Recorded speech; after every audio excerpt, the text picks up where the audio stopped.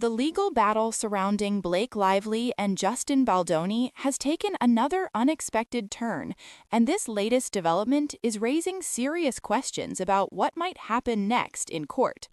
A recent decision has already dealt a setback to Lively's side, but at the same time, an explosive audio recording has surfaced that could complicate the situation even further. The leak involves figures connected to the same public relations network that appears throughout the dispute, and the contents of that recording have sparked intense debate among legal observers about potential defamation, media manipulation, and how much influence PR campaigns can have when a celebrity lawsuit becomes public spectacle. The controversy surrounding the recording connects to a separate dispute involving Rebel Wilson. In that matter, a woman named Amanda Ghost has accused Wilson and individuals connected to a PR firm of smearing her reputation. According to reports discussed in the leaked conversation, the same agency figures, people tied to PR strategist Melissa Nathan and fixer Jed Wallace, have appeared in multiple celebrity conflicts, including situations connected to Baldoni's legal team. The audio allegedly captures someone believed to be Wallace discussing strategies that sound disturbingly like plans to build a damaging narrative around Ghost by portraying her as a criminal figure involved in escorting or prostitution. In the recording, the idea is floated that she could be framed as a madam, compared to the infamous Hollywood prostitution scandal linked to Heidi Fleiss. The implications of that conversation are serious because, in legal terms, accusations like that fall squarely into classic defamation territory. If the person making the claims cannot demonstrate credible evidence for such statements, they could face significant legal consequences. Legal analysts examining the recording explain that allegations about someone's sexual conduct or criminal behavior have historically been considered one of the most damaging forms of defamation. In other words, if someone publicly pushes a narrative like this without proof, it can create enormous liability. But the key legal question remains unresolved: whether the speaker actually had evidence to support the claims or was simply discussing a strategy to manufacture a damaging story. At the same time, the recording does not directly prove wrongdoing related to the case involving Lively and Baldoni. Even critics of the alleged remarks acknowledge that a scandal involving a PR firm does not automatically mean Baldoni himself was involved or aware of such tactics. However, the existence of the audio could still influence the broader legal battle because Lively's attorneys may attempt to introduce it as evidence if the case proceeds to trial. Their argument would likely focus on the possibility that similar PR strategies could have been used in media narratives surrounding her dispute with Baldoni. Baldoni's legal team, on the other hand, would almost certainly push back aggressively, arguing that the audio relates to a completely different conflict and would unfairly prejudice a jury if presented in court. This debate centers on a legal concept known as prejudicial versus probative evidence. Evidence is considered probative if it directly helps prove a claim in the case, but if information risks inflaming the emotions of a jury without clearly proving anything relevant, courts often rule that it is too prejudicial to be allowed. Many legal experts believe this recording could fall into that category because the statements appear tied to a different dispute involving different individuals. Even if the conversation is genuine, a judge could determine that its connection to the Lively-Baldoni case is too indirect. Meanwhile, Lively's legal team has been pushing forward with arguments aimed at keeping her lawsuit alive, as Baldoni's side attempts to dismiss it. One of the strategies reportedly involves citing precedent from another case known as Miller versus LaManna. The idea behind referencing that ruling is to argue that a court should evaluate claims not only based on the written allegations in a complaint, but also on evidence gathered during discovery. Lively's attorneys claim there is supporting documentation and testimony that should be considered before the case can be dismissed. Critics of that argument say the move appears to be a last-ditch effort to prevent the complaint from being thrown out early in the process. Legal commentators following the dispute point out that two separate legal mechanisms are currently in play. One is a motion for summary judgment, which asks the judge to review all available evidence and rule that the case cannot succeed even if every fact is viewed in the plaintiff's favor. The other is a motion for judgment on the pleadings, which attacks the complaint itself, arguing that even the allegations as written fail to establish a valid legal claim. If the judge agrees with that argument, the lawsuit could end without ever reaching a jury. Observers of federal court procedures say judges and clerks at that level are extremely experienced in recognizing attempts to blur the distinction between these legal standards. Because of that, some analysts believe Lively's attempt to rely on the Miller versus LaManna decision may ultimately fail. In their view, the argument risks appearing like an effort to muddy the waters rather than directly address the weaknesses Baldoni's team claims exist in the complaint. Beyond the legal arguments themselves, another layer of the dispute involves the public relations battle unfolding alongside the courtroom fight. In high-profile celebrity cases, shaping the media narrative can be almost as important as the legal filings. Some observers have noted that reports sympathetic to Lively have appeared in entertainment outlets almost immediately after certain legal moves were filed, suggesting a coordinated effort to frame developments in a favorable light. Critics argue that such timing raises questions about whether public perception is being deliberately managed during the litigation process. Supporters of that strategy say it's simply the reality of modern celebrity litigation. When a case is likely to attract enormous public attention, attorneys and PR teams often work simultaneously to influence both the courtroom narrative and the public narrative. From a strategic standpoint, shaping media coverage could potentially influence future jurors who might encounter those stories long before jury selection begins. Legal professionals often describe this as fighting two battles at once, one inside the courtroom and one in the court of public opinion. As the case continues, these competing narratives are becoming increasingly visible.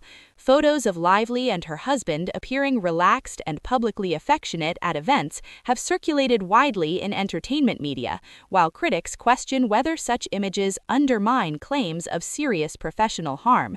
If the lawsuit reaches a jury, Baldoni's lawyers could potentially use those public appearances to argue that the alleged damages and emotional distress described in the complaint do not match the public behavior being displayed. Despite the heated arguments and the dramatic leak of the audio recording, the court has already issued at least one ruling that slightly favors Baldoni's side. Lively's attempt to impose sanctions related to statements made by attorney Brian Friedman was denied. The judge concluded that even if the statements were not protected by legal safe harbor provisions, Lively's team failed to demonstrate that they were likely to prejudice the proceedings in a meaningful way. That decision may seem narrow, but legal observers say it provides an interesting glimpse into how the judge is approaching the dispute. By stating that the statements did not meaningfully affect the case while deliberately avoiding a ruling on whether they were appropriate, the court effectively left the door open for those issues to be challenged elsewhere without letting them derail the current litigation. For lawyers watching the case, the wording suggested a judge focused primarily on whether specific actions actually influence the legal merits of the dispute rather than the surrounding media drama.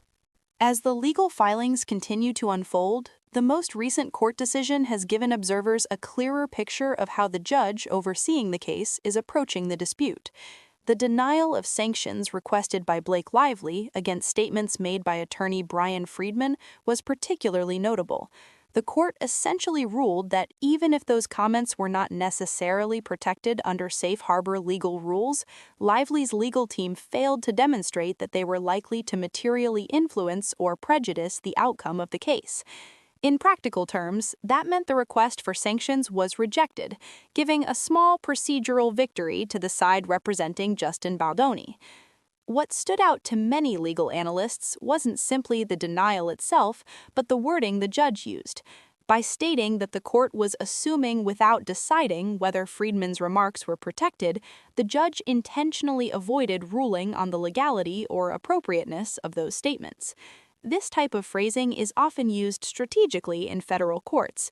It prevents either side from later claiming that the judge made a definitive determination about the statements themselves. Instead, the ruling was narrowly focused on whether those remarks affected the proceedings.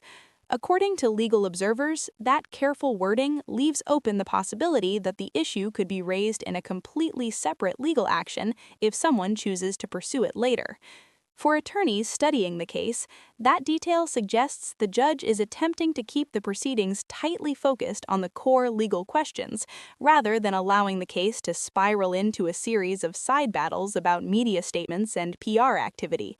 Federal judges frequently take this approach in high-profile disputes because outside narratives, especially in celebrity litigation, can quickly overwhelm the underlying legal issues.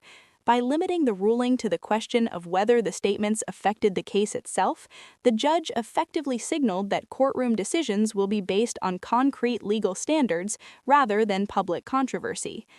At the same time, the broader dispute has clearly developed into more than just a courtroom argument. The situation now appears to involve a complex mixture of legal filings, media coverage, and public perception. Observers following the case have pointed out that nearly every development has been quickly reported in entertainment outlets, sometimes appearing almost simultaneously with the official filings. That level of rapid coverage has led some commentators to speculate that public relations teams are actively shaping the narrative around the lawsuit.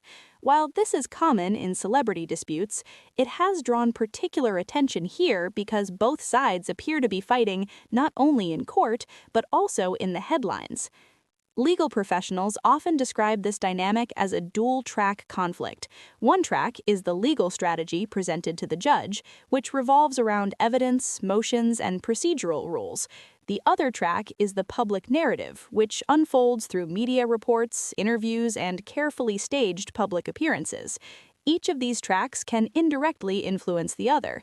A strong public narrative can affect how potential jurors perceive the parties long before a trial begins, while courtroom rulings can instantly reshape media coverage. In cases involving well-known figures like Lively and Baldoni, that interplay becomes almost unavoidable. Another point that analysts have highlighted is the delicate balance celebrities must maintain when claiming significant reputational or emotional harm, while simultaneously remaining highly visible in public life. In this case, photographs of Lively appearing relaxed and engaged in everyday activities, such as attending sporting events with her husband, have circulated widely online. From a public relations perspective, such images can help counter negative headlines. However, from a legal standpoint, Baldoni's team could potentially argue that these appearances contradict claims of severe professional damage or emotional distress. Lawyers frequently use this kind of public behavior to question the scale of damages alleged in a lawsuit. Meanwhile, the earlier leaked audio connected to figures in the entertainment PR world continues to cast a shadow over the broader discussion.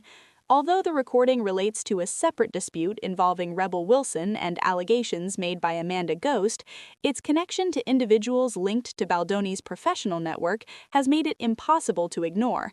Critics argue that the recording appears to show a strategy of aggressively shaping public narratives about adversaries, potentially by spreading damaging allegations. Supporters of Baldoni's side counter that the recording is unrelated to the lawsuit itself and should not be treated as evidence of anything connected to the conflict between him and Lively. Whether the recording ultimately plays any role in the legal proceedings remains uncertain. If Lively's team attempts to introduce it, Baldoni's attorneys will likely argue that the material is too prejudiced and lacks direct relevance to the dispute. Judges frequently exclude evidence on that basis, especially if it risks provoking an emotional reaction from jurors without clearly proving a fact central to the case. Legal experts believe that decision could become one of the most important procedural rulings if the case moves closer to trial. For now, the immediate focus remains on the pending motions that could determine whether the lawsuit proceeds further at all. Baldoni's legal team has sought to dismiss the case through procedural challenges, arguing that the complaint itself does not establish a viable legal claim. Lively's attorneys have attempted to counter those efforts by pointing to evidence they say supports their allegations. The judge's upcoming rulings on these motions could effectively decide whether the dispute ends early or advances into the much more complex and expensive phase of discovery and potential trial. Observers familiar with federal litigation note that judges sometimes take considerable time when reviewing motions that could terminate a case entirely.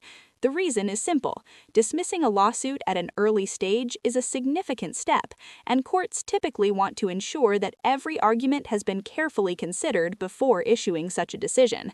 In high-profile cases involving major public figures, that caution often becomes even more pronounced because the consequences of a ruling can be scrutinized by both the legal community and the public. As the legal process continues, one thing is becoming increasingly clear. The conflict has evolved into a multifaceted battle involving law, media strategy, and public perception. Every new filing, leaked document, or public appearance has the potential to reshape how the case is viewed both inside and outside the courtroom.